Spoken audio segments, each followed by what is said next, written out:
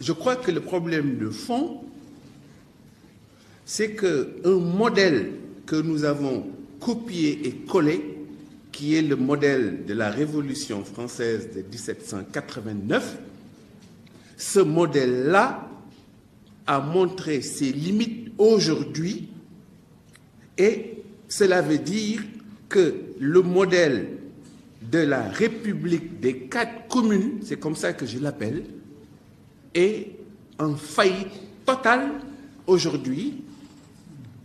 Et l'indicateur principal de cette faillite, c'est que les partis politiques qui sont les instruments de cette République des 4 communes sont tous devenus ce qu'on peut appeler des partis-États. Tour à tour, c'était le cas de la dictature de l'Union progressiste sénégalaise, Parti socialiste, UPS-PS, que personne ne peut nier.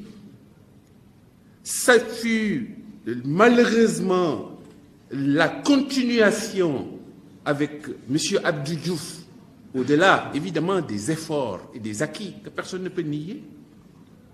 Ensuite, le parti PDS libéral qu'on attendait a fait des actes, mais à un moment donné, on a vu les réactions du peuple et, tout dernièrement, les jeunes prétendument nés au lendemain des indépendances semblent avoir revêtu des habits de centenaires. Alors, donc, le problème que nous avons, à mon avis, ce n'est ni le parrainage, ni les opposants, ni Macky, ni Idi, etc., mais c'est un modèle. Alors, le modèle de 1789, il a trouvé et remplacé ici la première révolution républicaine, peut-être même dans le monde, c'est celle que nous avons faite, nous, les Sénégalais, et qui a pris toute la sous-région. Il faut faire très attention à la falsification de l'histoire. La révolution qui a triomphé en 1776 dans une partie de notre pays qui s'appelle le Fouta, c'est la même révolution qui a échoué au Ndiambour, c'est la même révolution qui a gagné dans les pays lébou en 1795, c'est la même révolution qui s'est continuée dans les pays des Almamis, etc. Maintenant, cette époque-là, appelée avec les connaissances islamiques ancrées ici, d'une certaine façon, les institutions, Almami ne veut pas dire un mollah. Almami veut dire, dans les rapports de nos pays à eux-mêmes, président. C'est pour ça que Thierno Souleymane Baal, je regrette de rappeler ça, mais c'est très important, avait établi des chartes expulsant totalement la famille.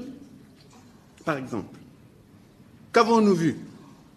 La révolution de 89 nous a resservi la famille expulsée en 1776 par Thierno Souleymane Baal.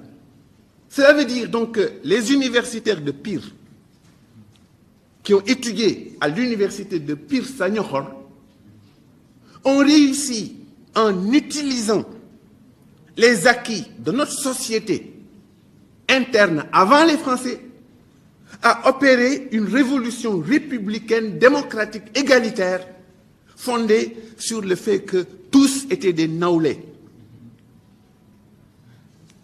Comment vous direz naoulé en français? Il n'y a pas d'équivalent? Non. L'égalité n'a rien à voir avec naoulé. Naoulé, c'est une charge de valeur, et je me suis promené dans le pays pour étudier, hein, j'ai appris. Et d'ailleurs, ça va sortir de toute façon. Babacar fait mine de la tête parce que je le vois régulièrement pour le consulter là-dessus. Donc je crois que naoulé, la révolution des naoulés, c'est elle que Thierno Souleymane Baal avait commencé avec Saïd Atoumantal, le père de El Hadj Omar, et avec Yero Boussoba. Ça vous dit rien, les Mboussobé? Donc, le Khadim dont on parle là, attention, il y a le côté de sa mère. Et le côté de sa mère, c'est l'instruction reçue à Pire Parce que c'est dans la maison même de Yero Boussoba que le congrès de fondation de la révolution Tororo a eu lieu. Donc, le problème, à mon avis, pour vraiment montrer que le Sénégal n'est pas en faillite, nous sommes sur la bonne voie, c'est un modèle prêt à porter des 4 communes qui est en faillite. Et la preuve, c'est que nos acquis traditionnels